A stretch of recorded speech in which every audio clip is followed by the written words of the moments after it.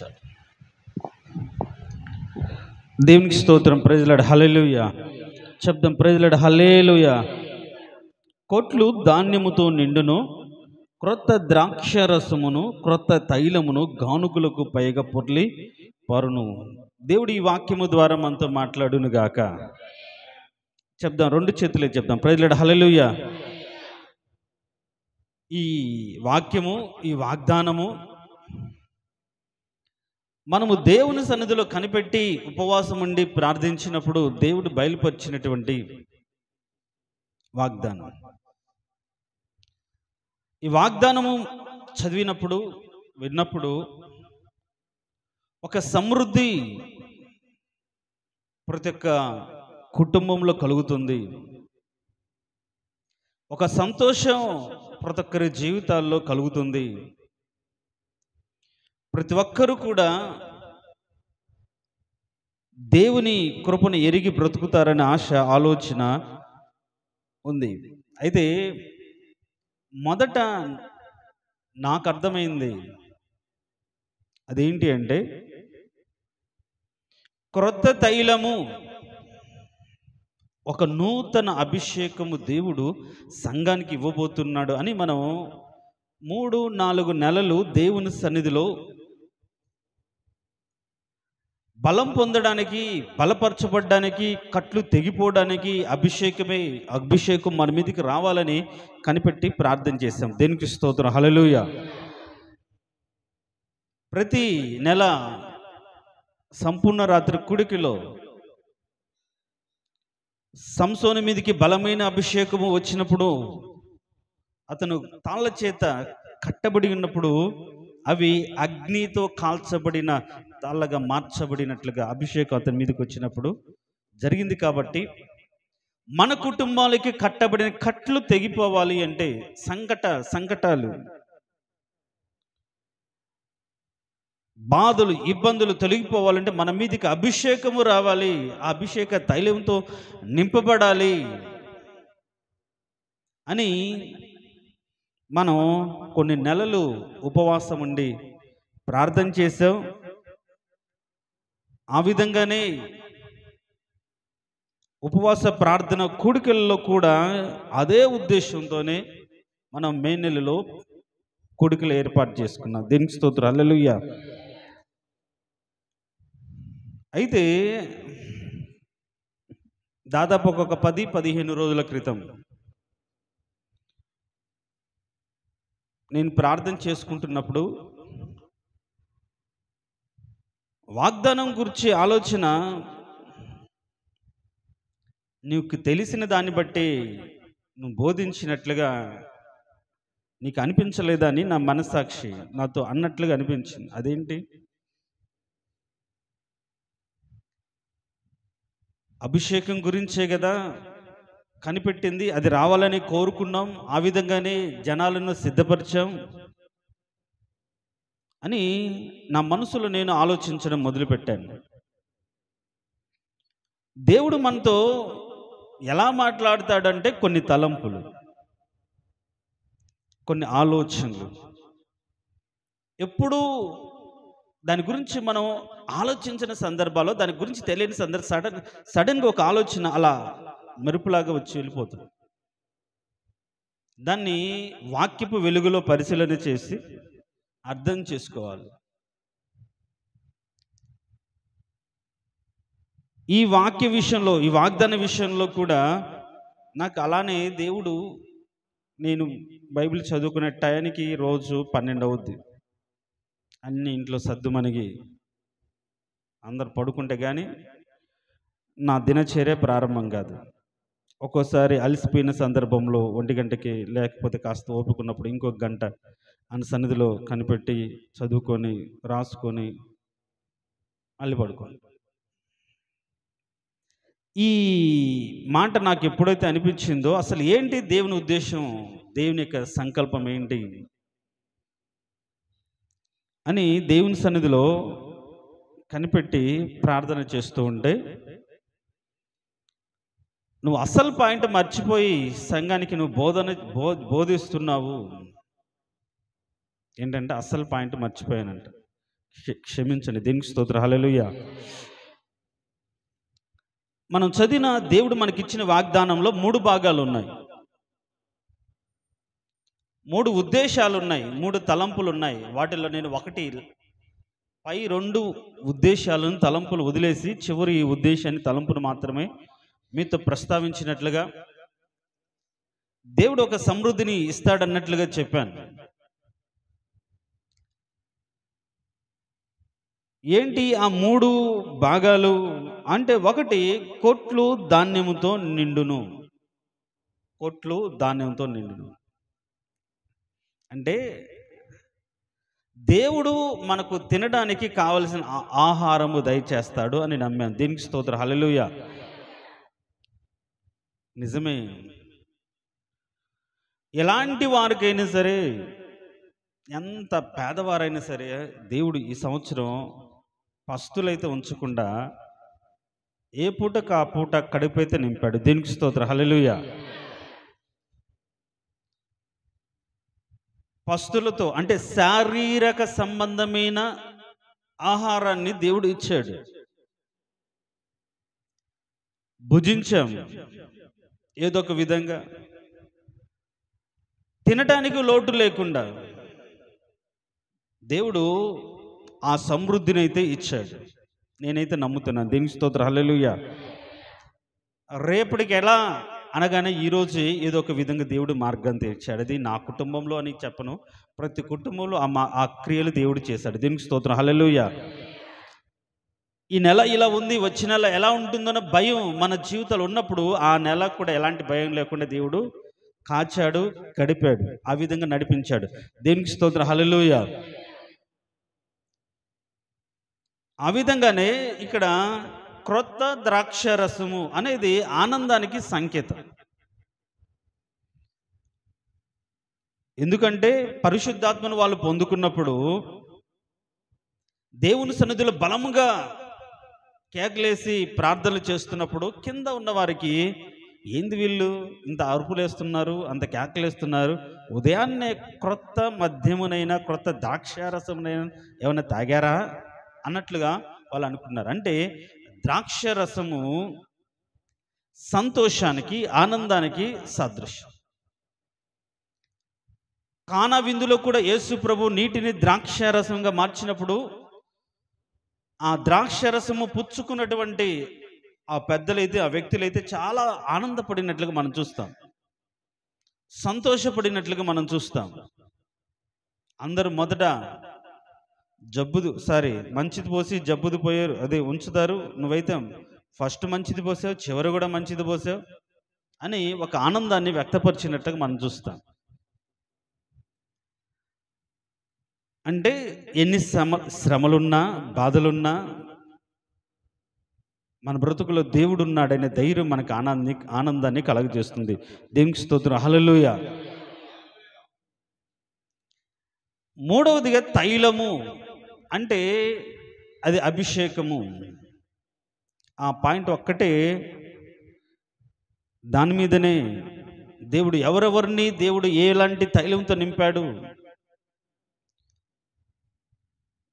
బుడ్డిలోని తైలం వేరు, కొమ్ములోని తైలం వేరు, గిన్నెలోని తైలం వేరు. సౌలుకు అభిషేకించబడిన తైలం బుడ్డిలోని తైలం. దావీదు మహారాజును అభిషేకించిన తైలం కొమ్ములోని తైలం. కాబట్టి మనం హెచ్చించబడాలి అంటే, దీవించబడాలి అంటే మనం పాటలు కూడా పాడుకున్నాం. తోటి వారి కంటే, ఆ మాట అది వాక్యంలో కీర్తనకారుడు రాశాడు, తన తోటి వారి కంటే హెచ్చించబడినట్లుగా నువ్వు కొమ్ములోని తైలంతో నింపావు అని. కాబట్టి మనం జానవర్లు కూడా మనము హెచ్చించబడాలంటే అలాంటి అభిషేక తైలం పొందుకోవాలి అనే మాటను కూడా మీకు జ్ఞాపకం చేశాను. అయితే దేవుడు నా హృదయంలో ఉంచినటువంటి తలంపు ఏంటి? ఒకవేళ మన జీవితంలో ఈ సంవత్సరం అంతా, ఈ 9 నెలలుగా తిండికి ఇబ్బంది లేకుండా ఏ పూటకు ఆ పూట దేవుడు ఆ రోజు ఇశ్రాయేలును పోషించినట్టుగా, మన్నా కూడా ఏ పూటకు ఆ పూటేగా అవునా కదా? మన్నా దేవదూతల ఆహారం, ఆకాశపు ధాన్యపు పంట. అది ఏ రోజుగా ఆ రోజే. ఒక విశ్రాంతి దినానికి మాత్రమే కాస్త ఎక్కువగా సమకూర్చుకోవాలి. ఒకవేళ మనం అలా కాకుండా ఎక్కువ కూర్చుకుంటే అది మిగలదు, కంపు కొట్టద్దు. అలానే మన జీవితంలో ఏ పూటకు ఆ పూట, ఏ రోజుకు ఆ రోజు అన్నట్లుగా బ్రతుకుతూ వచ్చాం. సరే, ఇలా బ్రతకడానికి దేవుడు కృప చూపించాడని ఆనందపడుతూ వచ్చాం. ఆ విధంగానే మన కట్లు తెంపబడాలంటే అభిషేక తైలంతో నింపబడాలని ఆలోచనలోకి వచ్చాం. అయితే దేవుడు నాతో మాట్లాడిన మాట ఏంటంటే, అసలు కొట్లు ఎలా నింపబడతాయి? కొట్లు ధాన్యంతో నింపబడాలంటే అసలు ఏం జరగాలి? మరి ఆ కొట్లోకి ధాన్యం ఎలా వస్తుంది? అసలు ధాన్యాన్ని దేవుడు ఎందుకు ఉదాహరణగా మనకు బోధించాడు అని మనం చూస్తే, ఈ ధాన్యము కూడా దేవుడు మనకు ఎందుకు ఇచ్చాడు అనే మాటను కానీ గమనించండి.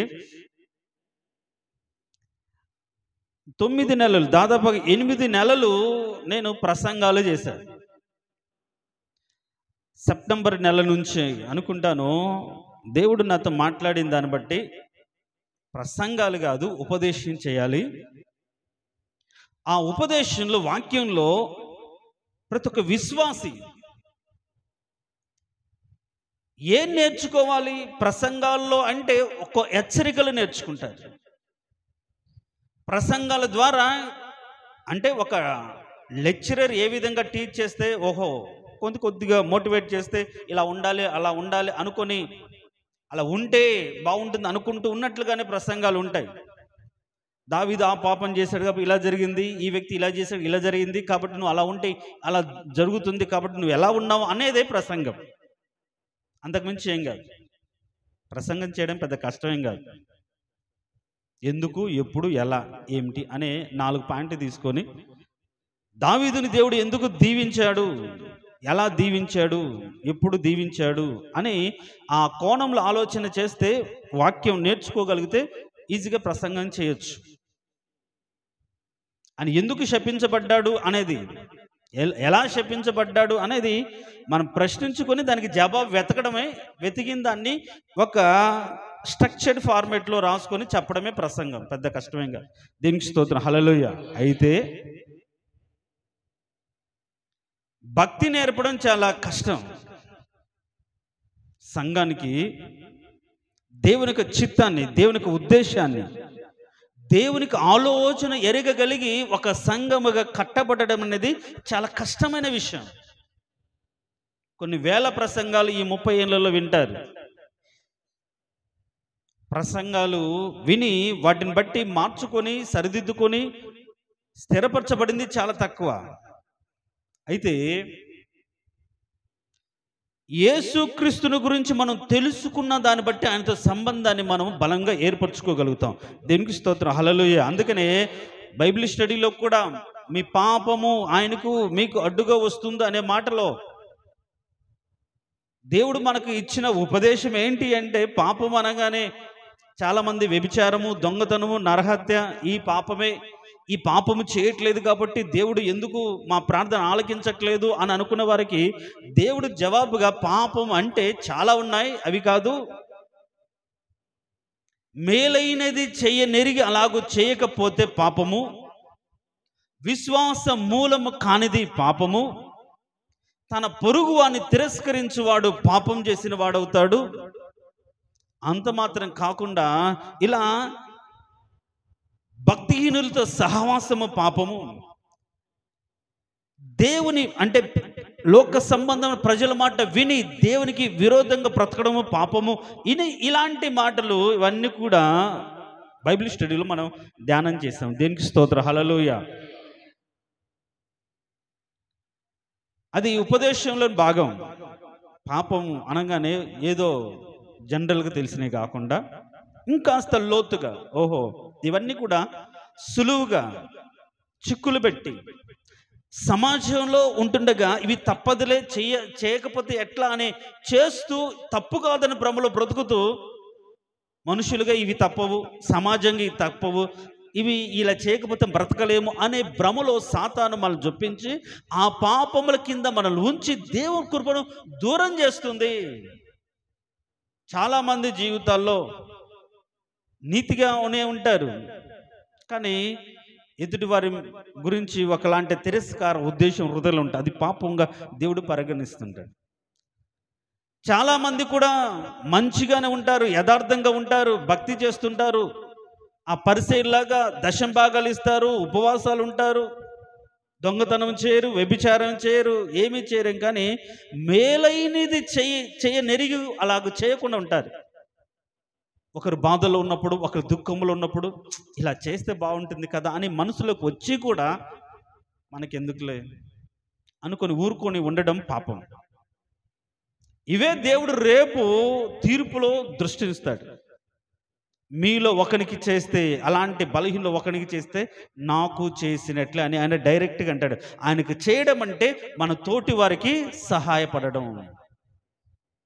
ఆయన చేయించుకోవడానికి దిగి వచ్చి నీ ఇంటికి వచ్చి నాకు అన్నం పెట్టు, నా అక్కర తీర్చు అని అడగడు.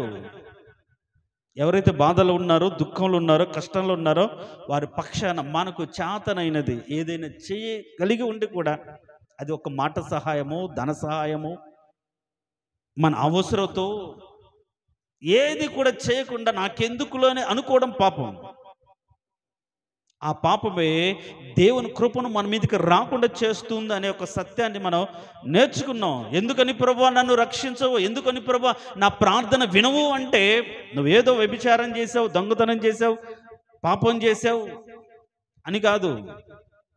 ఈ సులువుగా చిక్కులు పెట్టే ఈ లోక పోకట్లో ఇరుక్కుపోయి, లోకాన్ని శ్రయించి దేవునికి శత్రువైపోయి, దేవుని కృపను, దేవుని సత్యాన్ని ఎరగకుండా లోక సంబంధ ఆలోచనతో బ్రతుకుతూ జీవిస్తూ నేను ఏ పాపం చేయలేదు అనుకుంటూ భ్రమలో బ్రతికేవు కాబట్టి ఇప్పటి వరకు ఆయన సహాయం నీకు దొరకలేదు అనే సత్యాన్ని దేవుడు మనకు తెలియజేశాడు. దీనికి స్తోత్రం. హల్లెలూయా చెప్దాం. ప్రైజ్ హల్లెలూయా.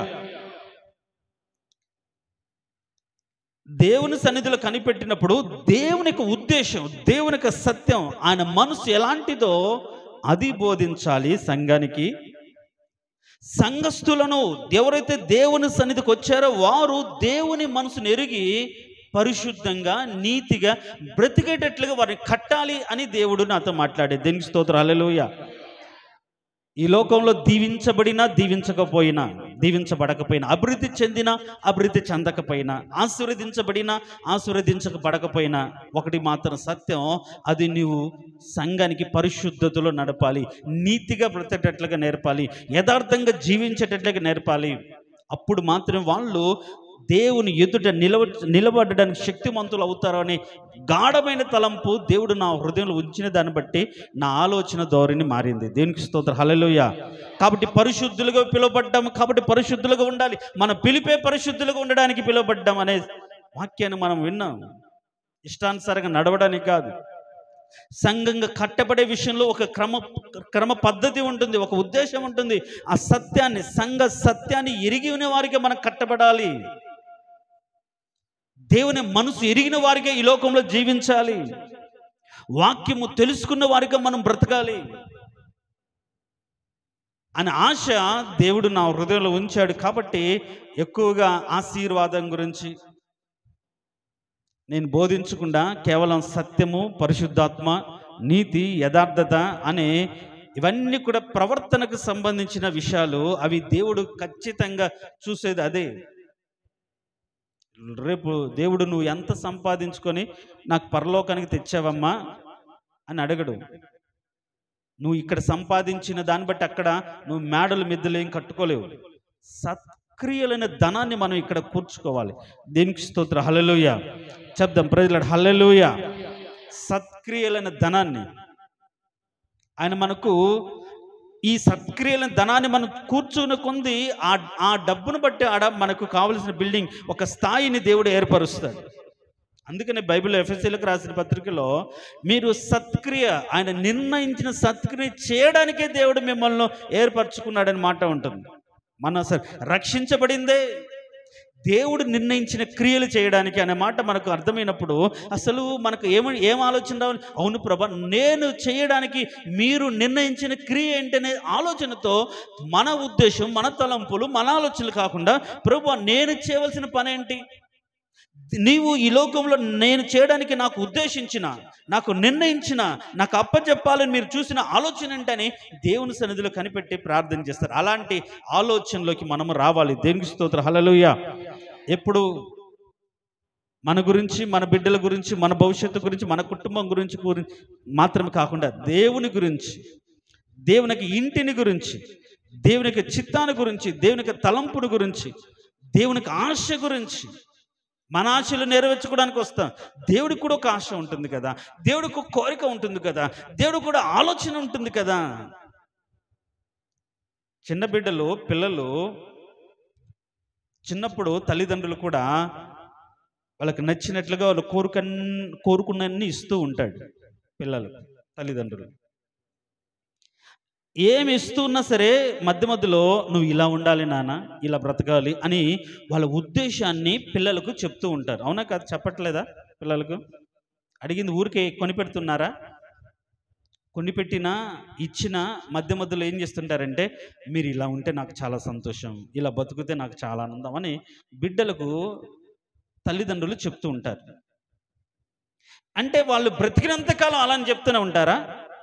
ఒక స్థాయి వరకు చెప్తారు. అవునా కాదా? ఒక వయసు వరకు చెప్తారు. ఒక 20 ఏళ్ళు వచ్చేంత వరకు చెప్తారు. దాని తర్వాత ఏం చేస్తారు తల్లిదండ్రులు? నేను చెప్పినట్లుగా వాళ్ళు ఉండాలని కోరుకుంటుంటారు. అవునా కాదా? ఏమ్మా అవునా కాదా? మీ బిడ్డల పట్ల అలాంటి ఆలోచన ఏం లేదా? మా పిల్లలకైతే అట్లానే చెప్పుకుంటాం. వాళ్ళు మా కష్టాలు చెప్తాం, బాధలు చెప్తాం, ఇలా ఇలా ఈ స్థాయి ఇలా ఉన్నాం, కానీ మీరు ఇలా ఉండకూడదు, దానికి ఇలా కష్టపడాలి, ఇలా ఉంటే మేము చూడాలనుకుని పిల్లలకు వాళ్ళు ఎలా ఉండాలని మేము కోరుకుంటున్నామో ప్రేమతోనే అర్థమయ్యేటట్టుగానే ఎక్కడ కూడా మిస్ కాకుండా చెప్తూ ఉండాలి పిల్లలకు. అప్పుడే పిల్లలు ఓహో మా నాన్న ఆలోచన ఇది కదా, మా తల్లిదండ్రుల ఇష్టం ఇది కదా అనే తలంపుల్లో వాళ్ళు పెరగాలి. వాళ్ళ ఇష్టానుసారంగా వాళ్ళు విచ్చలవిడిగా మనం వదిలేయకూడదు. వాళ్ళు విచ్చలవిడిగా వదిలేస్తే మనల్ని ఎప్పుడు అర్థం చేసుకుంటారు? వాళ్ళు మన బాధను ఎప్పుడు అర్థం చేసుకుంటారు? వాళ్ళకు వాళ్ళకి కావాల్సిన అవసరతలన్నీ తీరుస్తూ మన ఇష్టాన్ని వాళ్ళకి చెప్పాలి. తర్వాత కొంతకాలం అయిన తర్వాత వాళ్ళకి అన్ని సమకూర్చిన తర్వాత వాళ్ళకి స్థాయికి వచ్చిన తర్వాత అప్పుడు వాళ్ళు ఏం చేయాలంటే మనం ఇష్టాన్ని నెరవేర్చడానికి వాళ్ళు బ్రతకాలి. దేనికి స్తోత్రం, హల్లెలూయా. దానికోసమే మనం కష్టపడ్డాం. ఒకవేళ నా కొడుకును మంచి స్థాయిలో ఉండాలంటే దానికోసం ఇప్పుడు కష్టపడ్డాను, సమకూర్చొని దానికి ఖర్చు పెడుతున్నాను. రేపు నేను కోరుకున్న స్థాయిలో ఉండడానికి వాడు కష్టపడి ఆ స్థాయికి వస్తే నా ఇష్టం నెరవేర్చినట్టు. నేను అలా కోరుకుంటున్నాను, అంతేకాని నాకు అలా ఇష్టం లేదు, మా నాన్నకి నాకు కష్టం ఎందుకు కోరుకుంటున్నాడు, ఎవరు చేస్తారు, అందరు ఇట్లా ఉన్నారా అని ఆలోచించే పిల్లలు చెడు సహవాసాన్ని బట్టి వాళ్ళు అంతే చెప్తుంటారు తల్లిదండ్రులు. మనకు ఇష్టాలు ఉండవా, ఎంజాయ్ చేయొచ్చు, ఇలా తిరగచ్చు, అలా తిరగచ్చు, ఇంకా చాలా లైఫ్ ఉంటుంది అని చెడు సహవాసాన్ని బట్టి మధ్యలో తల్లిదండ్రుల యొక్క ప్రేమను తృణీకరించి స్నేహితుల ప్రభావాన్ని బట్టి వాళ్ళ జీవితాలు చెరుపుకుంటారు. అట్లనే నష్టపోతారు. రియలైజ్ అయ్యే వాళ్ళు కొంతమంది ఉంటారు, అలానే ఆ స్థితిలో ఉండిపోయే వాళ్ళు అలానే ఉంటారు.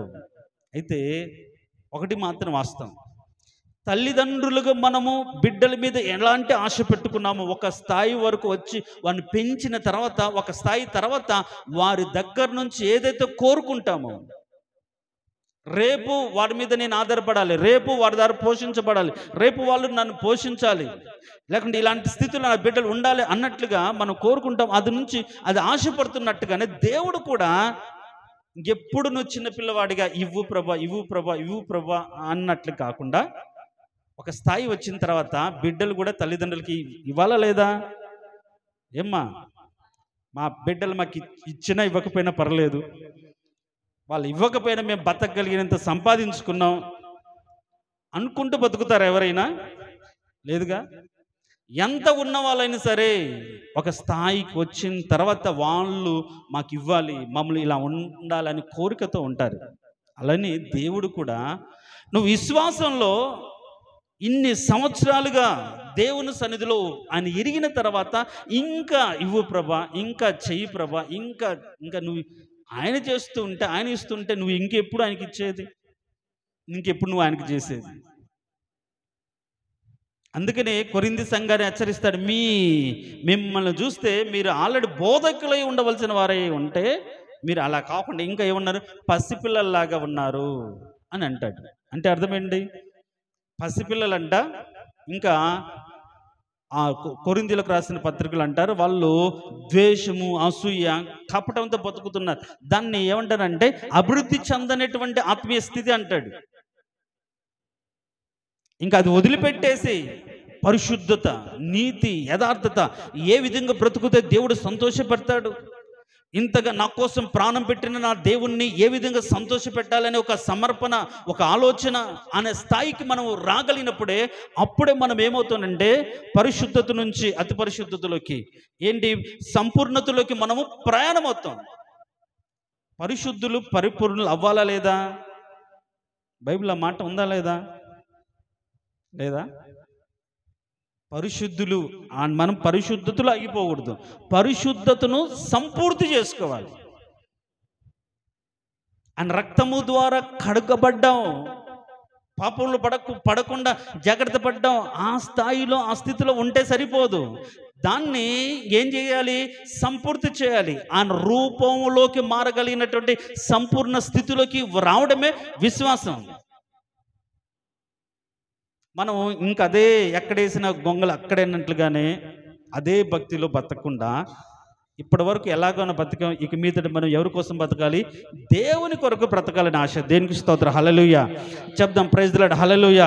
ఇప్పటి వరకు మన కుటుంబం కోసం బ్రతికాం, ఇప్పటి వరకు మనకి బిడ్డల కోసం బతికాం, ఇప్పటి వరకు మన కోసమే, మన ఆరోగ్యం కోసం బతికాం. కానీ ఇక మీదట ఏ స్థితిలో అయినా సరే మన అభివృద్ధి అంత దేవుని కొరకే, ఏదైనా ఆయన కొరకు అన్నట్టుగా మన విశ్వాసంలో ఒక పరిణితి రావాలి. దేనికి స్తోత్రం, హల్లెలూయా.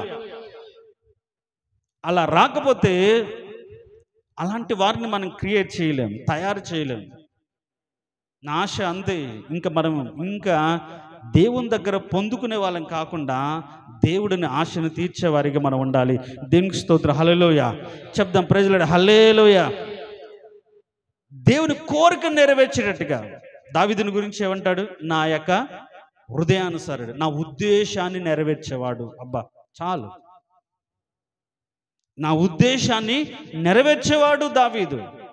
అంటే మనకు ఒక పని చెప్పేటప్పుడు ఖచ్చితంగా ఆ పని నా విషయంలో చేస్తాడు అనే నమ్మకం దేవుని కలిగించగలిగితే చాలు ఈ బ్రతుకులో. డైరెక్ట్గా ఏమన్నాడు? యోబుకి ఏమని చెప్పాడా? సాతాను మీ ఇంటికి పంపిస్తాను, జాగ్రత్తగా ఉండు, విశ్వాసాన్ని కాపాడుకో, నెమ్మదిగా ఉండు, నీ కష్టాన్ని తెచ్చి పంపిస్తాను, ఇవన్నీ కోల్పోతావు, కానీ సాతాను ముందు నా పరువు తీయ మాకు అని చెప్పాడా? ఏం చెప్పలా. కానీ యోబుకు చెప్పకుండా సాతానుతో సవాలేస్తాడు, నా సేవకుడైన యోబును చూచితవా. చాలు, ఆ నమ్మకమైన పేరు చాలు. డౌట్ వచ్చిందనుకో మాట చెప్పగలుగుతాడు దేవుడు? చెప్పలేడు. చెప్పకుండా అన్నీ తీసేశాడు. కానీ యోబు కూడా అంతే ధైర్యంగా అని ఇచ్చాడు, అని తీసుకున్నాడు. ఆయనకే స్తుతి కలుగును గాక అన్నాడు. దేవునికి స్తోత్రం, హల్లెలూయా. అది నిజమైన భక్తి. ఇస్తేనేమో అన్ని బాగుంటేనేమో దేవుడు నన్ను దీవించాడు, అన్ని ఇబ్బందులు కష్టాలు వస్తేమో దేవుడు నాకు నష్టం చేశాడు, ఏం దేవుడు అనుకోవడం కరెక్ట్ కాదు. ఇంకా ఒక భయంకరమైన మాట చెప్తాను. అదే సామెతల గ్రంథంలో ఒక మాట ఉంది చూడండి, 3వ అధ్యాయం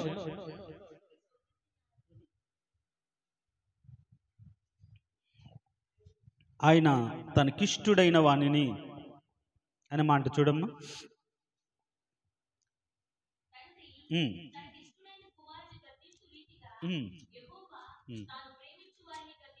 చాలు. 3వ అధ్యాయం ఎన్నో వచనం? ఎన్నో వచనమమ్మా? 12 వచనం. తండ్రి తనకిష్టుడైన కుమారుని ఏం చేస్తాడు? యెహోవా తాను ప్రేమించు వారిని ఏం చేస్తాడు? మనకి ప్రేమిస్తున్నాడు కాబట్టి మనకేం కావాలి? గద్దించు. ఇంకా ఇంకొక చోట ఏముంటుంది? శిక్షించును అని కూడా ఉంటుంది. మీరు కానీ కొరింథీయులకు రాసిన మొదటి పత్రిక అనుకుంటాను, చూడండి.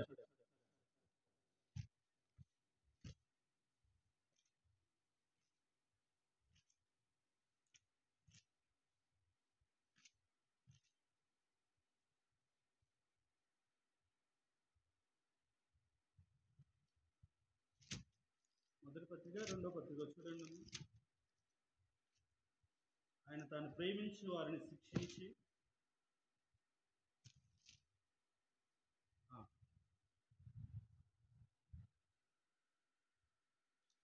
2వ పత్రికన మాట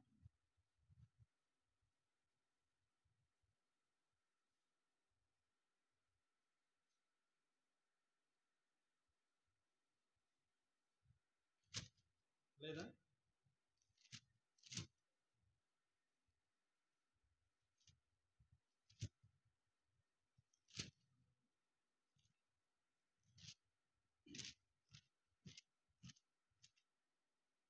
హెబ్రీయులకు రాసిన పత్రిక చూడండి.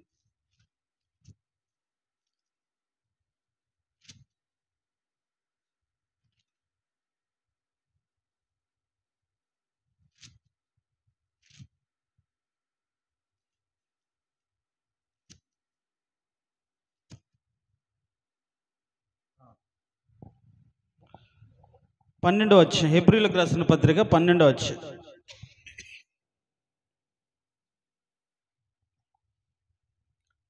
అధ్యాయం 5, 6, 7 వచనాల్లో, నా కుమారుడ, ప్రభువు చేయు శిక్షను తృణీకరింపకము, ఆయన నిన్ను గద్దించినప్పుడు విసుకకము. ప్రభువు తాను ప్రేమించు వానిని శిక్షించి తాను స్వీకరించు ప్రతి కుమారుని దండించును. తర్వాత దాని గురించి అక్కడ 7వ వచనంలో కూడా ఏమంటాడంటే, శిక్షాఫలం పొందుటకే మీరు సహించుచున్నారు. దేవుడు కుమారులకు మిమ్మల్ని చూచుచున్నాడు. తండ్రి శిక్షింపని కుమారుడెవడు? కుమారులైన వారందరూ శిక్షలో పాలు పొందుచున్నారు. మీరు పొందని ఎడల దుర్బీజులై గాని కుమారులు కారు. తర్వాత అక్కడే 10వ వచనం, వారు కొన్ని దినములు మట్టుకు తమకిష్టం వచ్చినట్టుగా మనం శిక్షించరు, కానీ మనము తన పరిశుద్ధతలో పాలు పొందవలనని మేలు కొరకే ఆయన శిక్షించుచున్నాడు. మరియు ప్రస్తుతమందు సమస్త శిక్షయు దుఃఖకరముగా కనబడునే గాని సంతోషకరముగా కనబడదు. అయినను దాని యందు అభ్యాసము కలిగిన వారికి అది నీతియు సమాధానకరమైన ఫలమిచ్చును. దేనికి స్తోత్రం. హల్లెలూయా చెప్దాం. Praise lord. హల్లెలూయా. ఏంటంటే దేవుడు ప్రేమించే వారిని ఏం చేస్తాడు చెప్పాలి. ఒకవేళ ఈరోజు దేవుడి శిక్షలో ఉంటే మనం ఎక్కడ ఉన్నట్లు? దేవుని ప్రేమలో ఉన్నట్టు. దేనికి స్తోత్రం. హల్లెలూయా. ఇప్పుడు యేసు ప్రభు దగ్గరికి మార్తా మరియలు ఒక ఇన్ఫర్మేషన్ పంపించారు. ఏమని చెప్పండి? నీవు ప్రేమించుచున్న లాజరు, నువ్వు ప్రేమిస్తున్న లాజరు చావడానికి సిద్ధంగా, అప్పుడు చనిపోలే, చావడానికి సిద్ధంగా ఉంటే ఇప్పుడు ఏం చేయాలి? నా నిజంగా ప్రేమిస్తే చెప్పండి ఏం చేయాలి? వెంటనే అయ్యో, ప్రేమ కలిగిన వాళ్ళు అయ్యో అని పరిగెత్తుకుంటూ వెళ్ళాలి. కానీ వెళ్ళలే. 4 దినాలైన తర్వాత 5వ రోజు వెళ్ళాడు. వాళ్ళకి ఎట్లా ఉంటుంది చూడ్డానికి? ఇదేం ప్రేమయ్యా, ముందే చెప్పాం కదా, రావచ్చు కదా, చచ్చిపోయాడు ఏంటి అంటే,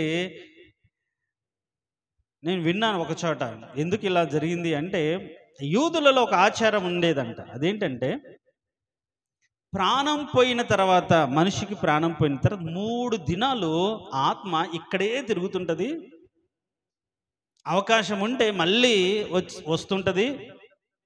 అందుకని యేసు ప్రభు కూడా ఆ యాయీరు కుమార్తెను ముట్టాడు అని లేపినప్పుడు అందరూ కూడా పెద్దగా ఆలోచించలే, ఆశ్చర్యపడలేదు. తర్వాత ఇంకా పాడె మోసుకుపోతున్నటువంటి ఆ ఊరు, ఏ ఊరు? ఒక విధవరాలు కుమారుడు నాయిను అనే ఊరిలో విధవ కుమారులు పాడముట్టి దేవుడు యేసు ప్రభు లేపాడు. అందరూ విస్మయం పొందారు, ఆశ్చర్యపడ్డారు. కానీ వాళ్ళందరికీ నమ్మింది ఏంటంటే, ఒకవేళ 3 రోజులు ఇక్కడ తిరుగుతుంటది కాబట్టి ఆత్మ వస్తుందిలే అన్నట్లుగా ఆలోచించారు. అయితే ఈయన 3 రోజులు పోలే, 4 రోజు పోలే, 5వ రోజు 4 రోజుల తర్వాత వెళ్ళినట్లుగా మనం చదువుతాం. అంటే 4 రోజుల తర్వాత వెళ్ళేటప్పటికి అప్పటికి ఇంకా శరీరం ఉబ్బిపోయి పాడైపోయే స్థితిలో ఉంటుంది జనరల్గా అయితే. కానీ ఆ టైంలో వెళ్ళి యేసు ప్రభు ఏం చేశాడంటే చనిపోయిన లాజరును లేపాడు. దీనికి స్తోత్రం, హల్లెలూయా. అంటే తాను ప్రేమించే వారి పట్ల ఒక అత్యధికమైన అద్భుత కార్యాలు జరిగిస్తాడని అర్థం. దీనికి స్తోత్రం, హల్లెలూయా.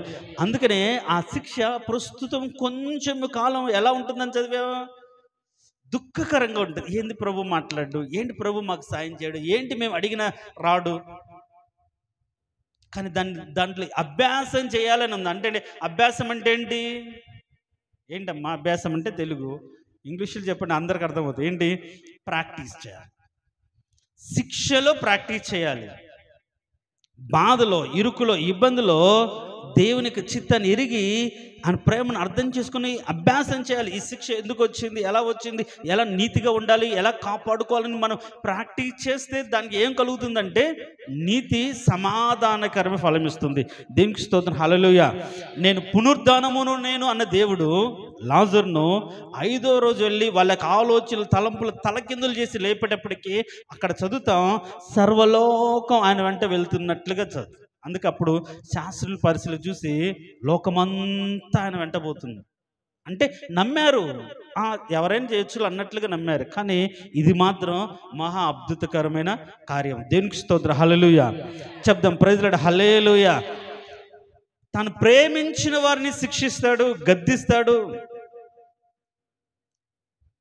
కాబట్టి ఆయన ప్రేమలో ఉన్నాం కాబట్టి కొన్నిసార్లు మన శిక్షలు, కొన్నిసార్లు కష్టాలు, కొన్నిసార్లు బాధలో ఇలా దేవుని యొక్క వాక్యాన్ని మనం అర్థం చేసుకోవాలి. దేవునికి స్తోత్రం, హల్లెలూయా.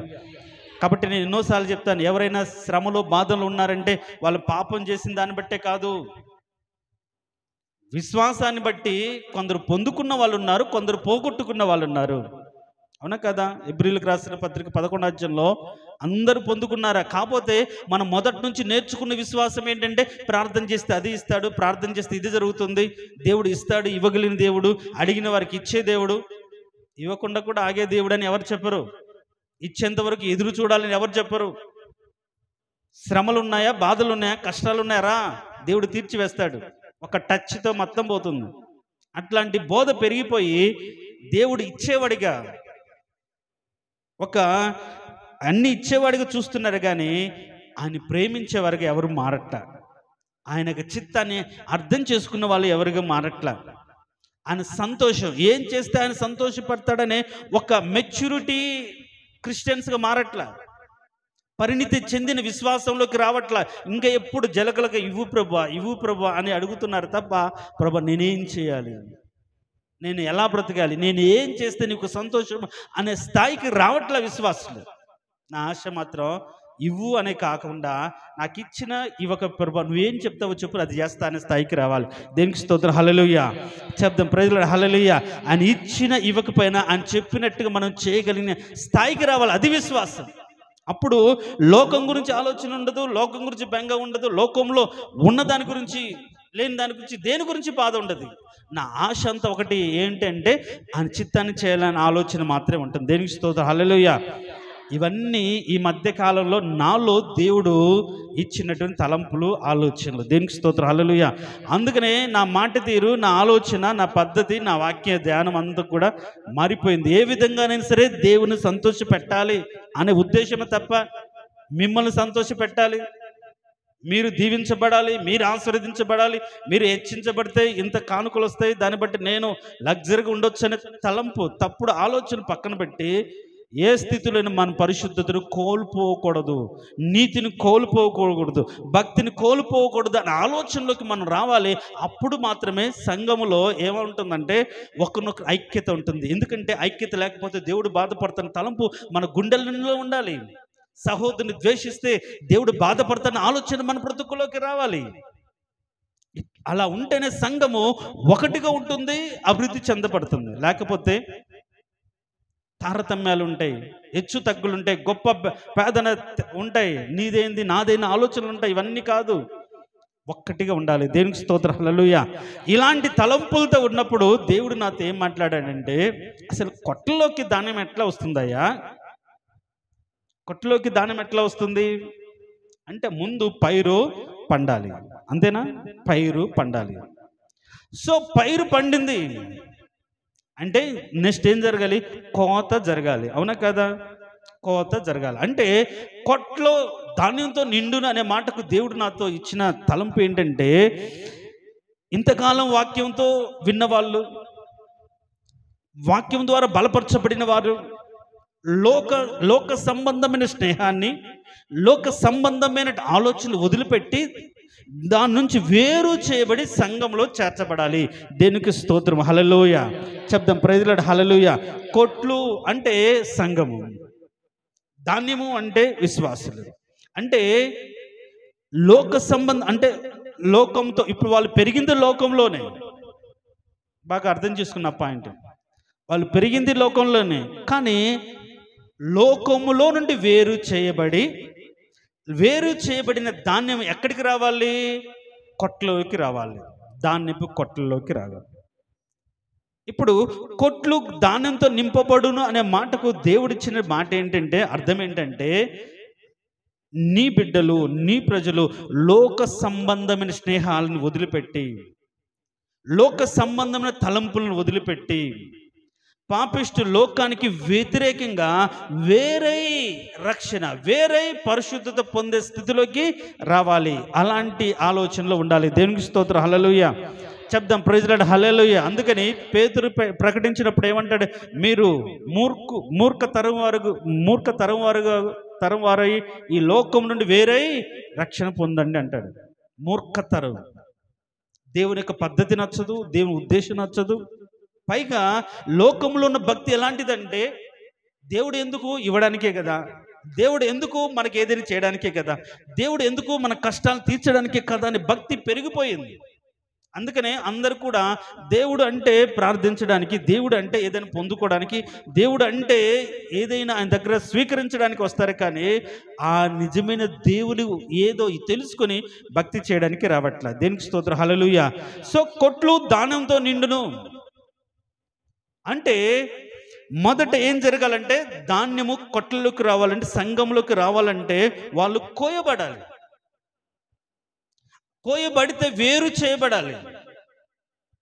వేరు చేయబడిన పనులు ఎక్కడికి చేర్చబడాలి అంటే కొట్లలోకి, ధాన్యంలోకి, లేకుంటే సంఘంలోకి చేర్చబడాలి.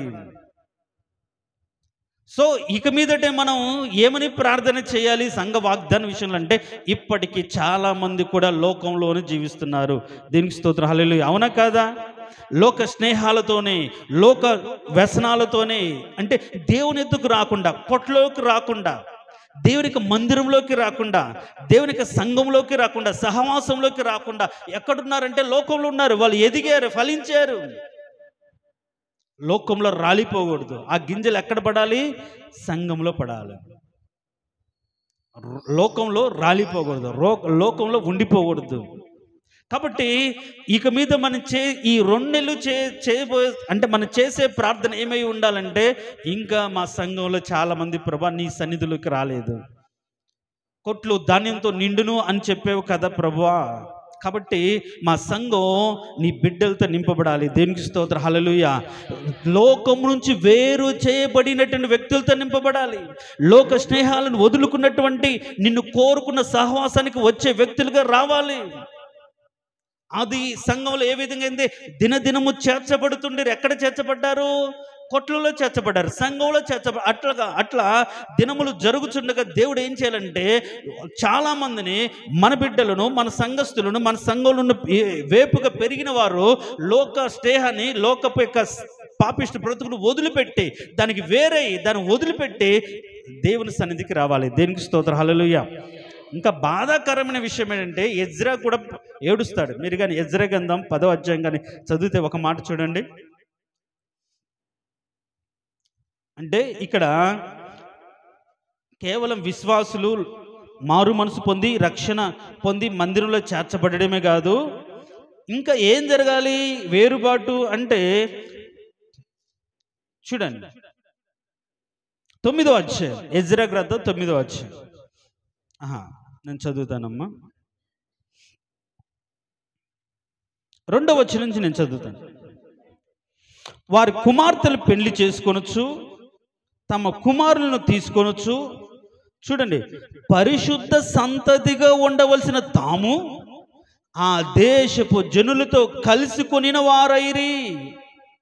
ఈ అపరాధము చేసిన వారిలో ఎవరున్నారు? పెద్దలను అధికారులు నిజంగా ముఖ్యులై ఉండిరని చెప్పిరి.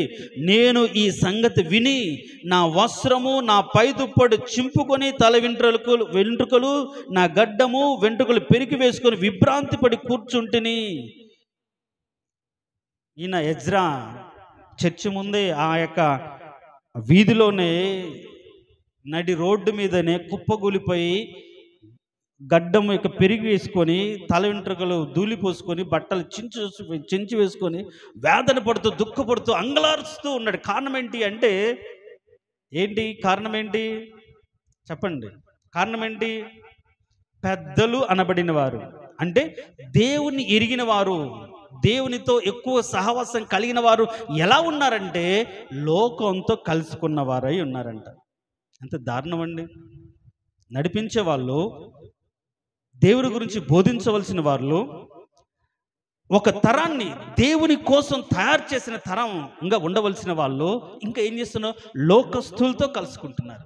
లోక స్నేహాలతో, లోకం వ్యక్తులతో వాళ్ళు ఇష్టం వచ్చినట్టుగా వారితో పెళ్లి చేసుకొని వారితో కలిసి కొనిన వారైరే. ఎంత దారుణం! సో ఇప్పుడు ధాన్యము ఎక్కడికి రావాలి? కొట్లలోకి రావాలి. దేనికి స్తోత్రం, హల్లెలూయా చెప్దాం, ప్రైజ్ లార్డ్, హల్లెలూయా. అంటే ఇప్పుడు పెరుగుతున్న యవనస్తులే కాదు, పెరిగినటువంటి పెద్దలు కూడా లోక స్నేహం వదిలిపెట్టి ఇప్పుడు ఎక్కడికి రావాలి? సంఘం అనే కొట్లలోకి చేర్చబడాలి. దేనికి స్తోత్రం, హల్లెలూయా. అది అపరాధం. ఎరిగి దేవుని వరకు నడిపించవలసిన వాళ్ళు ఇంకా లోకపు ముచ్చట్లు, లోకపు సంగతులు, లోకపు తలంపులు, లోకపు ఆచారాలు, అలవాట్ల పద్ధతుల్లో వారు పెరగడమే కాకుండా ఆ సంతతిని తయారు చేయడం. అందుకని బైబిల్లో యెహోవాను ఎరగని ఒక తరం తయారైనట్లుగా ఉంది. అవునా? అట్లా తయారైందంటే అర్థం ఏంటంటే తయారు చేసే వాళ్ళు లేకపోతే. ఎజ్రా తల బాదుకొని ఏడుస్తూ బాధపడుతున్న కారణం ఒకటే, అరే తెలియని వాళ్ళు అనుకున్నాను, పిల్లలు అనుకున్నాను కాదు, పెద్దలే ఉన్నారు లోకంతో కలిసిపోయిన వారిలో, లోకానుసారంగా బ్రతుకుతున్న వారిలో, లోకంతో సాంగత్యం చేస్తున్న వారిలో, లోకస్తులతో కలిసిపోయిన వారిలో ముఖ్యులై ఉన్నారు, పెద్దలై ఉన్నారు. ఎంత వేదన ఉంటుంది! దేవుడు కూడా కోరుకుంటున్నాడు పెద్దలైన వారు ఎలా ఉండాలి అంట, లోకములో ఉండకుండా వాళ్ళ ఎదుట పెరుగుతున్న తరాన్ని క్రీస్తులోకి, సంఘములోకి సరైన పద్ధతులు నడిపించే వారిగా ఉండాలి. దేవునికి స్తోత్రం, హల్లెలూయా. అలా చేర్చబడాలి. ఇక్కడ వయసులో పెద్దలు అని అట్లా, వయసులో పెద్దలైనా, విశ్వాసంలో అనుభవంలో ఉన్నవారైనా, లోక స్నేహము, లోకానుసారంగా బ్రతుకుతే, ఆలోచిస్తే అది నేరం, అపరాధంగా దేవుడు ఎంచుతున్నాడు, అది పాపంగా ఎంచుతున్నాడు. అలా ఉండకూడదు. ఒక తరాన్ని తయారు చేయవలసిన వాళ్ళు లోకానుసారంగా బ్రతుకుతే ఇంకా ఎలాంటి తరం బయలుదేరుతుందంటే అలాంటి వాళ్ళే. ఏముందిలే, అలా ఉండొచ్చు, ఇలా ఉండొచ్చు. దట్ ఇప్పుడున్న జనరేషన్లో యవనస్తులకు భక్తి ఎక్కువే, లోక స్నేహం ఎక్కువే. మందిరంలో పని చేస్తారు, మళ్ళీ లోకంలో ఇష్టానుసారంగా ఉంటారు. ఇదే అది ఇదే. హిందువుల్లో కూడా అదే. గుళ్ళకి వెళ్తారు, దేవాలయానికి వెళ్తారు, పూజలు చేస్తారు, అన్నీ చేస్తారు. అంటే వాళ్ళలాగా మనం కూడా అన్నీ చేసి వచ్చి ప్రభు అంటే పోతుంది అన్నట్టు భక్తి పెరిగిపోయింది. కాదు, వేరైపోవాలి. సంఘంలో చేర్చబడడం అంటే మొదటి పాయింట్ ఏంటంటే లోకానికి వేరవ్వాలి, లోక ఆలోచనలకు వేరవ్వాలి, లోక తలంపులకు వేరవ్వాలి, లోక సంప్రదాయాలకు వేరవ్వాలి, బంధుప్రీతి లేకుంటే ఇవన్నిటి వదిలిపెట్టి ఆయన కొట్టులో చేర్చబడాలి. దేవునికి స్తోత్రం, హల్లెలూయా. ఆయన సన్నిధిలో చేర్చబడాలి. ఇంకా మనకు బంధకాలు అట్లా ఉండిపోయి లాగి ఉండిపోతున్నాయేమో, వాటిని మనం ఏం చేయాలంటే వదిలిపెట్టుకోవాలి, వాటి నుంచి మనము విడిపించుకోవాలి. అందుకనే ఈ పెద్దలు కూడా వేరైపోవాలి అని దేవుడు మనతో మాట్లాడుతున్నాడు. దేవునికి స్తోత్రం, హల్లెలూయా. సో దేవుని సన్నిధిలోకి ధాన్యం ఎలా చేర్చబడుతుందంటే లోకములో నుండి వేరై చేర్చబడి, అప్పుడే ఆ ధాన్యానికి వాల్యూ ఉంటుంది. ఆ ధాన్యం దేవుని సన్నిధిలో ఒకవేళ రొట్టెగా మార్చబడాలి అంటే, దేవుని సన్నిధిలోకి వచ్చిన రకరకాల మొక్కల్లో, రకరకాల సేలల్లో, అది కంబమో, కందులాపురమో, గిద్దలూరు, ఎక్కడెక్కడన్నా పండనియండి, ఒక కొట్టులో ఆ గింజలన్నీ వేస్తే అవి ఎక్కడయో మనకు అర్థం కాదు. అంటే మన కులము, మన మతము, మన రంగు, మన హోదా, మన కలరు, మనం అన్నీ కూడా లేకుండా పోవాలి. అట్లా పోవడానికి దేవుడు ఏం చేస్తాడంటే, ఇప్పుడు మనం ఏమంటారు, ఇసురాయి కింద వేస్తారు, ఇసురుతాడు. అప్పుడు ఏం చేస్తాం, మొత్తం పోయి మన యొక్క బాహ్య సౌందర్యము, అంటే లోకంలో మనం తెచ్చుకున్న ఒక రూపం అదంతా పోయి మొత్తం ముద్దగా పిండైపోతాం, ఏమీ లేని ఒక రూపం లేని వారిగా మార్చబడతాం. అప్పుడే అంత కలిసిపోయి ఒక ముద్దగా మార్చబడతాం. ఆ ముద్ద దేవుని సన్నిధిలో ఉంచబడే ఒక రొట్టెగా మార్చబడుతుంది. దేవునికి స్తోత్రం, హల్లెలూయా. ఆ విధంగానే ద్రాక్షరసము అని, మన క్రొత్త ద్రాక్షరసం అనే మాట విన్నాం కదా. ఆ నిజమైన ద్రాక్ష వల్లి మనం తీగలము. ఆ ద్రాక్ష తోటలో, ఆ ద్రాక్ష చెట్టుకు పండినటువంటి తీగలము. అయితే మనము కూడా తెంపబడి ఎక్కడికి రావాలి, గానుగలోకి రావాలి. మీరు ఆ పాత నిబంధన కాలంలో ఎట్లా వచ్చేది ద్రాక్షరసం, తొట్లలో లేసి కాళ్ళతో కింద తొక్కేవాళ్ళు.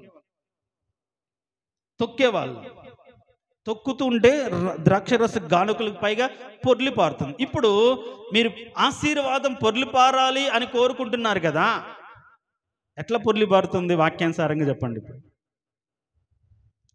అంటే శ్రమలు, కష్టాలు, కన్నీళ్ళు, దుఃఖము, వేదనతో మనం తొక్కబడుతున్నప్పుడు నిజమైనటువంటి, అంటే ఏమీ లేనటువంటి ఒక రసం మన దగ్గర నుంచి బయటకు వెళ్తుంది. ఎందుకు ద్రాక్ష రసము అంటే, ద్రాక్ష రసము ఏం చేస్తుందంటే, ఒక మాట చూడండి. న్యాయాధిపతుల గ్రంథం 9వ అధ్యాయం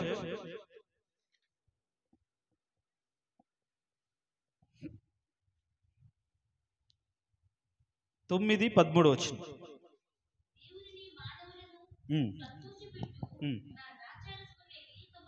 చాలు. ఏమంటే, దేవునిని మానవుని సంతోషపెట్టు నా ద్రాక్ష రసము. దేవునికి స్తోత్రం, హల్లెలూయా. గానుగలు అంటే ఇప్పుడు సంఘము,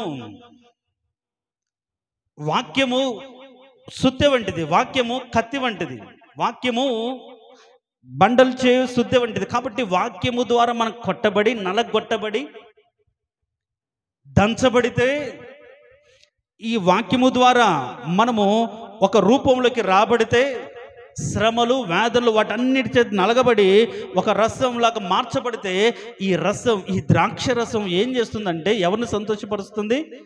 మనుషులను సంతోషపడుతుంది, దేవుణ్ణి అంటే శ్రమలు, బాధలు, దుఃఖం, వేదన ద్వారా నలిగిన నీ జీవితం దేవునికి సంతోషకరంగా మార్చబడాలి. దేవునికి స్తోత్రం, హల్లెలూయా. అంత మాత్రమే కాకుండా మనుషులను కూడా సంతోషపెట్టాలి. దేవునికి స్తోత్రం, హల్లెలూయా. క్రైస్తవులకు ఉన్నటువంటి బాధ అంటే ఒకటి కాదు, రెండు. దేవుని సంతోషపెట్టాలి, మనుషుని సంతోషపెట్టాలి. అందుకనే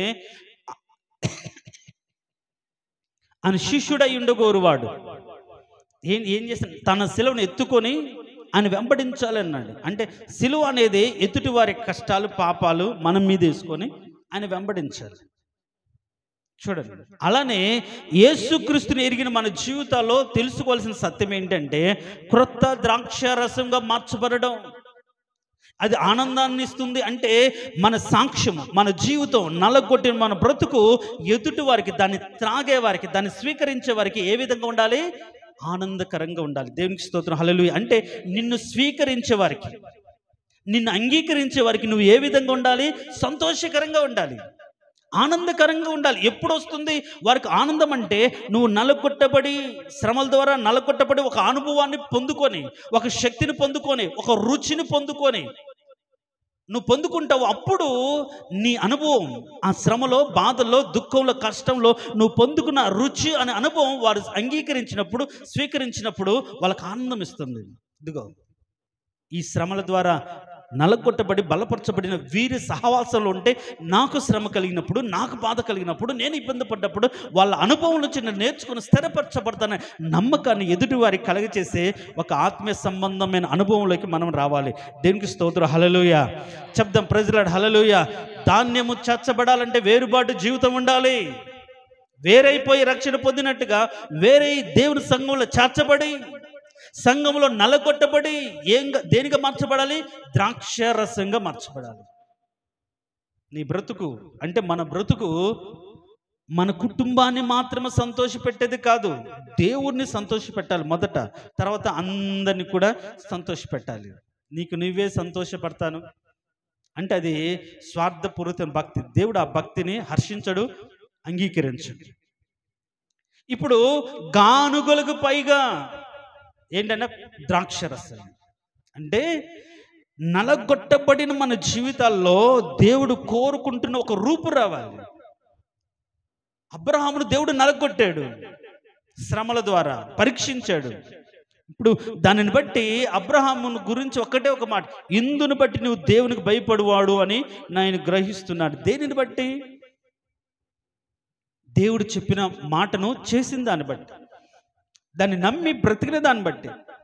నీకు ఒక్కడైన కుమారుని నాకు నేను చూపించే దేశానికి వచ్చి ఆ కొండ మీద బలించు అన్నప్పుడు ఆయన భయపడ్డాడు, లోపడ్డాడు, వచ్చి బలించినంత పని చేశాడు. దానికి బట్టి అని నేను ఏమంటున్నాడే, నీకు దేవునికి భయపడు వాడవు. దేవునికి స్తోత్రం. హల్లెలూయా. చూడండి, అంటే తన శ్రమల ద్వారా దేవునికి లోబడి, దేవునికి లోబడి బ్రతికే ఒక తత్వాన్ని నేర్చుకున్నాడు అబ్రహాం. అదే తత్వం తన కుమారుడిని ఇస్సాకు కూడా నేర్చుకున్నట్టుగా మనం చూస్తాం. దేవునికి స్తోత్రం. హల్లెలూయా. అంటే సంఘములో గానుగ ఉంది. ఈ గానుగ ద్వారా మనం ఏం చేయాలి? దంచబడాలి, తొక్కబడాలి, నలగొట్టబడాలి. అప్పుడు మనము లోకంలో ఉన్న రూపం కోల్పోయినట్లుగా, లోకంలో ఉన్నటువంటి స్థాయి, తాహత, రంగు, రూపము, వర్ణము, కులము, మతము ఇవన్నీ మారిపోయి రసానికి ఏమన్నా అంటే అంటే అంటే ఏమంటారు, ఒక ఆకారం ఉంటుందో? ఏముండదుగా. ఏ గ్లాసులో పోస్తే ఆ గ్లాసు, ఏ పాత్రలో పోస్తే ఆ ఆకారంలో వెళ్ళిపోతుంది. దేవుడు మన నలగొట్టిన తర్వాత దేవుడు ఏ పాత్రలో ఉంచుతాడో, ఏ పాత్రగా మనం చేస్తాడో. ఎవరు పౌలు గురించి, నేను సిద్ధపరిచిన పాత్ర శ్రమలు సహించడానికి, భరించడానికి అన్నట్టుగా మనల్ని ఎప్పుడు పాత్రగా మార్చబడతామంటే రసంగా మార్చబడినప్పుడే. నువ్వు లోకంలో ఉండి, చెట్టుకుండి, లోక స్నేహం చేస్తూ, లోకంతో సహవాసం చేస్తూ, దేవుని సన్నిధికి రాకుండా, కొట్లలో చేర్చబడకపోతే నువ్వు ఒక పాత్రగా దేవునికి మార్చబడలేవు. వేరే వచ్చి గానుగలో చేర్చబడి, తొట్లలో తొక్కబడి, నలుగొట్టబడిన తర్వాత నీలో లోక సంబంధ ఇచ్చలు, కోరికలు, ఆలోచనలు, తలంపులు అన్నీ పోయిన తర్వాత, నీ ఇష్టము, నీ ప్రాచీన స్వభావము, ప్రాచీన కోరికలు అంతా పోయిన తర్వాత దేవుడు నీకు నూతన రూపాన్ని, నూతన స్వరూపాన్ని, నూతన రుచి నీకు ఇస్తాడు. అప్పుడు దేవుడు నిన్ను సంఘములో, లోకంలో ఏ పాత్రగా అయితే చేసుకుంటాడో ఆ పాత్రలు పోస్తే ఇప్పుడు లోకానికి ఆ పాత్రగా నువ్వు కనిపిస్తావు. ఆ పాత్రలోని అందరూ అంగీకరించిన తాగినప్పుడు వాళ్ళు ఆ పాత్రను బట్టి సంతోషపడతారు. దేవునికి స్తోత్రం. హల్లెలూయా. చూడండి, యేసు ప్రభు కూడా ఒక పాత్రను ఎత్తుకుని ఏమంటాడంటే, ఈ పాత్ర ఏమంటాడు? నా రక్తం వలన క్రొత్త నిబంధన. ఇప్పుడు ఆ పాత్ర నిబంధన ఎప్పుడు మార్చబడింది? రక్తముతో నింపబడింది. రక్తం ఎలా వచ్చింది దాంట్లోకి? ఆయన కొట్టబడినప్పుడే వచ్చింది కదా. ఆయన కొట్టబడి, ఏడవబడినప్పుడు ఆ పాత్రలోకి రక్తం వచ్చినట్టుగానే మన జీవితాల్లో శ్రమలు, దుఃఖము, వేదనతో నలగొట్టబడినప్పుడు వచ్చినటువంటి ఆ ద్రాక్ష రసము దేవుడు మనల్ని ఒక పాత్రగా మారిస్తే, ఆ పాత్రగా సంఘములో నువ్వు ఏ పాత్రగా దేవుడు నిర్దేశించాడో ఆ పాత్రను బట్టి ఆ రసాన్ని అంగీకరించినప్పుడు వాళ్ళు సంతోషపడతారు. దేనికి స్తోత్రం. హల్లెలూయా. అయితే మనం ఏం చేస్తాం, కాని ద్రాక్షలు కాసినట్టుగా, కానీ కారు ద్రాక్షలు కాసినట్టుగా మనము ఆ కారు ద్రాక్షలు కాయగలరు. ఒకవేళ అలా కారు ద్రాక్షల రసం ఒకవేళ సంఘంలో ఉందనుకోండి, చేదైపోతుంది, పాడైపోతుంది. అలా మనం ఉండకుండా ద్రాక్ష రసము ఏం చేయాలి, ఎందుకు ఇచ్చాడంటే మనుషులను దేవుని సంతోషపెట్టాలి. దేనికి స్తోత్రం, హల్లెలూయా. అంటే వాగ్దానం మనం నెరవేర్పు అంటే మన ఈ 10 నెలల జీవితాల్లో మనము మన ద్వారా ఎవరు సంతోషపడ్డారు, ఎవరు ఆనందపడ్డారు, మన రాకను బట్టి, మన మాటను బట్టి, మన సహాయాన్ని బట్టి, మన తోడ్పాటును బట్టి ఎవరు ఆనందపడ్డారు, ఎవరు సంతోషపడ్డారు. అలా ఆనందపడగలిగిన స్థాయిలోకి నువ్వు వచ్చావా? క్రొత్త ద్రాక్షరసంగా నువ్వు మార్చబడ్డావా? లేకపోతే వాగ్దానం నీలో లేదు అని అర్థం, నెరవేర్చబడలేదు అని అర్థం. డబ్బు ధనము కావాలంతే నీకు. నువ్వు ఒక రూపంలోకి దేవుడు కోరుకునే పాత్రగా నువ్వు మార్చబడాలి, ఆలోచన లేనట్లు అర్థం. గానుగలకు పైగా అంటే తొక్కబడుతున్న, నలగొట్టబడుతున్న దాంట్లో పొంగి పారగలిగినటువంటి ఒక స్థాయిలోకి మనం రావాలి. దేనికి స్తోత్రం, హల్లెలూయా. మరి తైలం ఎందుకు అంటే ఎదుటి వారిని అభిషేకించడానికి, అంటే ఎదుటి వారిని దేవుని పని చేయడానికి ఉపయోగపడే వ్యక్తిగా మనం మార్చడానికి అభిషేకం. దేనికి స్తోత్రం, హల్లెలూయా. అభిషేకం మనలోకి వచ్చినప్పుడు బైబిల్ ఏముంటుందంటే, ప్రభు అయిన ఆత్మ నా మీద ఉన్నాడు, ప్రభు యొక్క అభిషేకం నా మీద వచ్చినప్పుడు నేను బేదలకు సువార్త ప్రకటించినట్లుగా బేదలకు సువార్త ప్రకటిస్తాం. అభిషేకం వచ్చినప్పుడు నూతన శక్తి, నూతన బలం పొందుకుంటాం, నూతన కృపను పొందుకుంటాం, నూతన వ్యక్తులను మనం తయారు చేయగలుగుతాం. దేనికి స్తోత్రం, హల్లెలూయా. సృష్టి అంతా పోతే ఆత్మ అగాధ జల మీద పొదిగి ఒక నూతన సృష్టిని చేసినట్టుగా మనము కూడా మన బ్రతుకుల్లో నూతన తైలంగా, క్రొత్త తైలంగా మార్చబడితే, ఈ తైలంగా అంటే తైలం కూడా నలగొట్టబడితేనే కదా అయ్యేది, అవునా కదా? సో నలగొట్టబడిన తైలం, ఆ తైలంలో కొన్ని సుగంధ ధూప ద్రవ్యములు చేర్చబడి, అంటే పరిశుద్ధత, నీతి, దేవుడు కోరుకున్న రక్షణ అనే ఈ యొక్క ధూప ద్రవ్యాలు లేకుంటే పరిమళ ద్రవ్యాలు దాంట్లో చేర్చబడి, ఈ తైలం అనేకులను, కొందరు యాజకులుగా అభిషేకించడానికి, కొందరు రాజులుగా అభిషేకించడానికి, కొన్నిసార్లు కుష్ఠ రోగాన్ని పోగొట్టడానికి, కొన్ని వ్యక్తులు నియమించడానికి అభిషేకం ఉపయోగపడుతుంది. అంటే దేవుడు ఏం కోరుకుంటున్నాడంటే సంఘం లోకం నుంచి వేరుబాటు జీవితంలో జీవించాలి. ఒకటి, వేరుబాటు జీవితంలోకి వచ్చిన వారు నలగొట్టబడి శ్రేష్టమైన ద్రాక్షరసంగా మార్చబడి దేవుణ్ణి, మనుషులను సంతోషపెట్టాలి. 2, 3 ఈ నూనెగా అంటే తైలంగా మార్చబడి దానిలో ధూపద్రవ్యం, పరిమళ ద్రవ్యములో చేర్చబడి,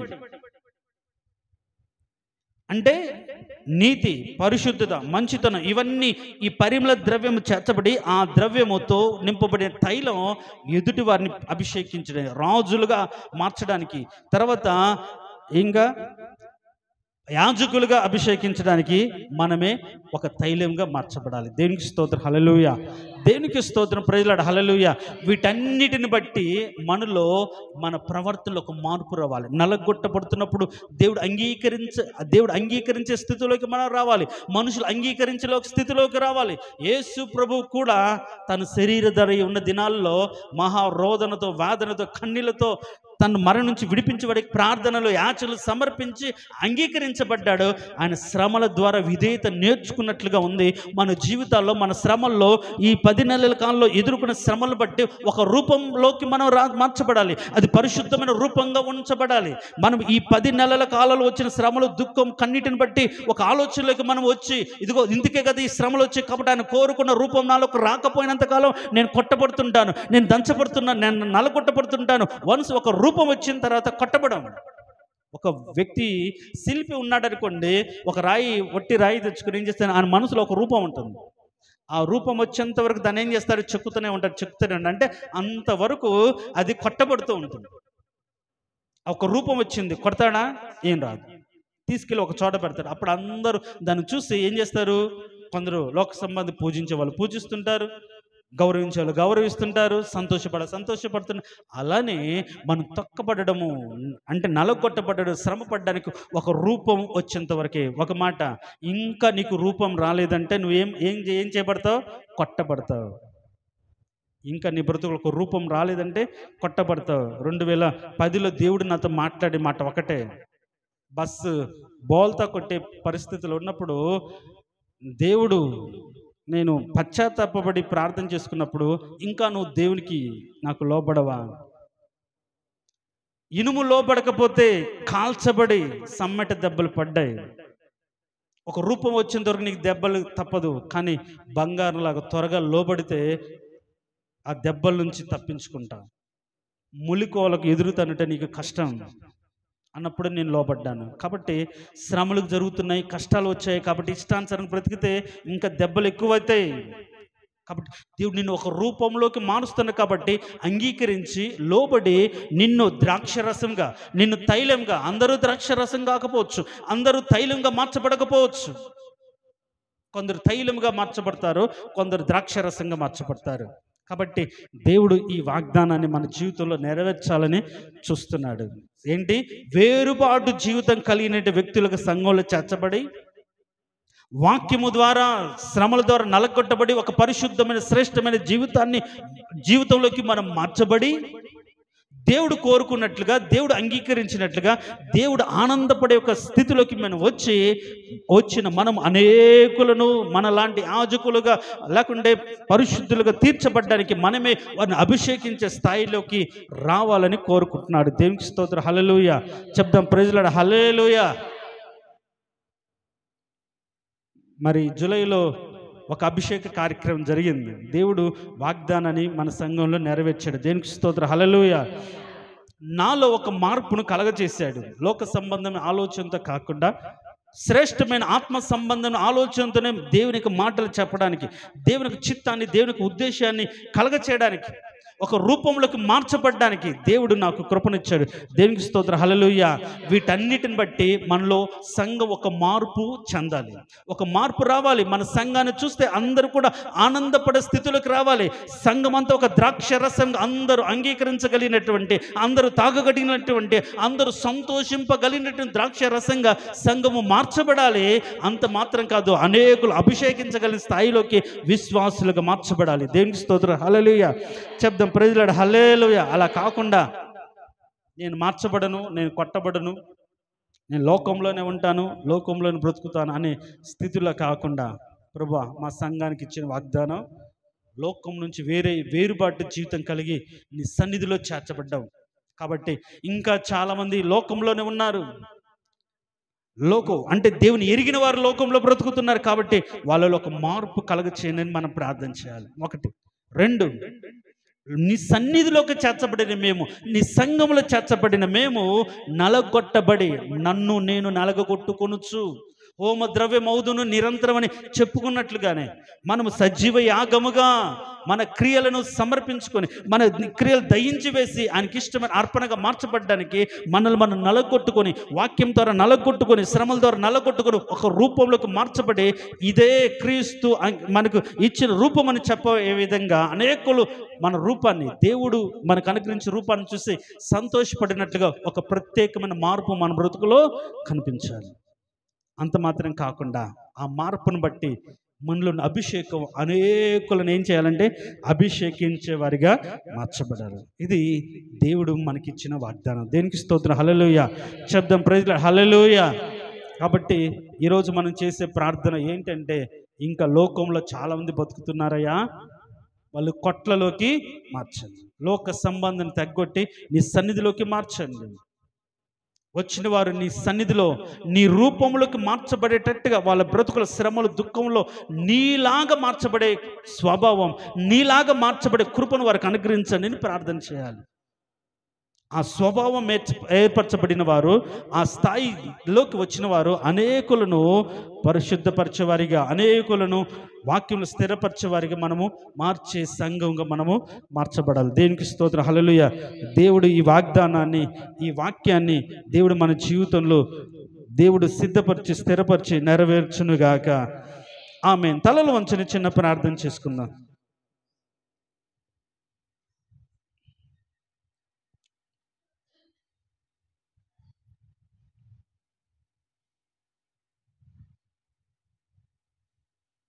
తలలు ఉంచిన మనం, అవును, దేవుడు రెండు విధాలుగా మనం సంఘపు యొక్క వాగ్దాన్ని మన జీవితాల్లో నెరవేరుస్తున్న ఒకటి, ధాన్యము కొట్లలో నిండును. ధాన్యము అంటే జీవనానికి, బ్రతకడానికి ఉపయోగపడే ఆహారం మనకు అనుగ్రహించాడు. ఆ విధంగానే ద్రాక్ష రసము సంతోషాన్ని కలిగించేది. దేవుడు మన జీవితాల్లో శ్రమల్లో, దుఃఖంలో కూడా సంతోషాన్ని ఇచ్చాడు. ఆ విధంగానే తైలం, నూతన అభిషేకం దేవుడు మనకిచ్చాడు. అయితే వాస్తవానికి దేవుడు కోరుకున్నది ఏంటి అంటే వేరుబాటు జీవితం. కొట్లలోకి రాబడడం, ఎవరైనా ఏ స్థాయిలో ఉన్నా, ఏ వయసులో ఉన్నా లోక స్నేహాన్ని వదిలిపెట్టి, లోక సంబంధమైన ఆలోచనలు, తలంపులు, వ్యవహారాలు వదిలిపెట్టి సంఘములో చేర్చబడి ఆ రూపాన్ని కోల్పోయి దేవుడు ఏర్పరిచిన రూపంలోకి మార్చబడ్డాం. అప్పుడే దేవుడు సంతోషపడతాడు. అప్పుడే ఆ రూపాన్ని చూసి అనేకులు మన విషయంలో సంతోషపడతాడు. 3, మనమే అనేకులు అభిషేకించేవారిగా, రాజులను అభిషేకించేవారిగా, యాజకులను అభిషేకించేవారిగా, విశ్వాసులను సేవకు సిద్ధపరిచేవారిని అభిషేకించేవారిగా మార్చబడాలి. అలాంటి ఒక నూతన అభిషేక బలం సంఘం కావాలి. అలాంటి ఉన్నతమైన క్రియ దేవుడు చేయనట్లుగా ప్రార్థన చేసుకుందాం. ప్రార్థన చేద్దాం. ఒకరు ప్రార్థన చేయండి.